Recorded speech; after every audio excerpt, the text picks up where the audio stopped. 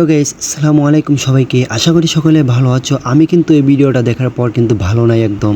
আর আমি ফজলে রাব্বি সারিয়া আর আপনাদের সামনে নিয়ে আসলাম আয়নাগরের দ্বিতীয় পর্ব। প্রথম পর্বতে আপনাদেরকে সবকিছু দেখাতে পারি নাই, তাই ভাবলাম যে দ্বিতীয় পর্বতে আপনাদেরকে সবকিছু দেখিয়ে দিই যে এতটা ভয়ানক। আর আয়নাগরের এই ভিতরের দৃশ্যগুলো দেখে আমার নিজের গা শিউরে উঠছে। আর জানি না আপনাদের কেমন লাগতেছে। আর হ্যাঁ, ভিডিওটা শেষ পর্যন্ত দেখেন। জানি না এই আয়নাগরটি কত সালে তৈরি করছে আর কত মানুষ এখানে গুম করা হয়েছে, হত্যা করা হয়েছে, সেটা সঠিকটা এখন পর্যন্ত জানি না। তবে হ্যাঁ, এটা ঠিক, এখানে অনেক অনেক শত শত মানুষ গুম করা হয়েছে, হত্যা করা হয়েছে। তার কিছু প্রমাণ আপনাদেরকে দেখাবো। হাড়গোড় পড়ে আছে মানুষের। একটু পরে আপনাদেরকে সেই ভয়ানক দৃশ্যগুলো, সেই ভয়ানক যে ভিডিও, সেটা ফুটেজটা আপনাদেরকে দেখাবো সরাসরি। তো ফার্স্ট টাইম আমি এগুলো দেখে বিশ্বাস করতে পারতেছিলাম না। ভাবতেছিলাম যে হয়তো বা কোনো একটি সিনেমাটিক দৃশ্য হবে, ভুতুরি সিনেমাটিক দৃশ্য।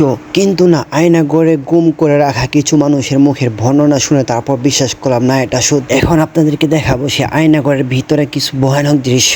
দেখো, এখানে কিছু মানুষ পড়ে আছে অসহায়ের মতো, কারণ এখানে তারা ঠিক মতো খেতে পারে না, সেই জন্য অসুস্থ হয়ে পড়ছে। তাছাড়া অন্যদিক দিয়ে তাদের উপর অত্যাচার করা হয়। ভাই, এটা আয়নাগর না, এটা মানুষ মারার কারখানা। আর এখানে মানুষগুলো এত অসহায় হয়ে আছে, এখানে নিরীহ মানুষদেরকেও গুম করে এনে রাখা হয়।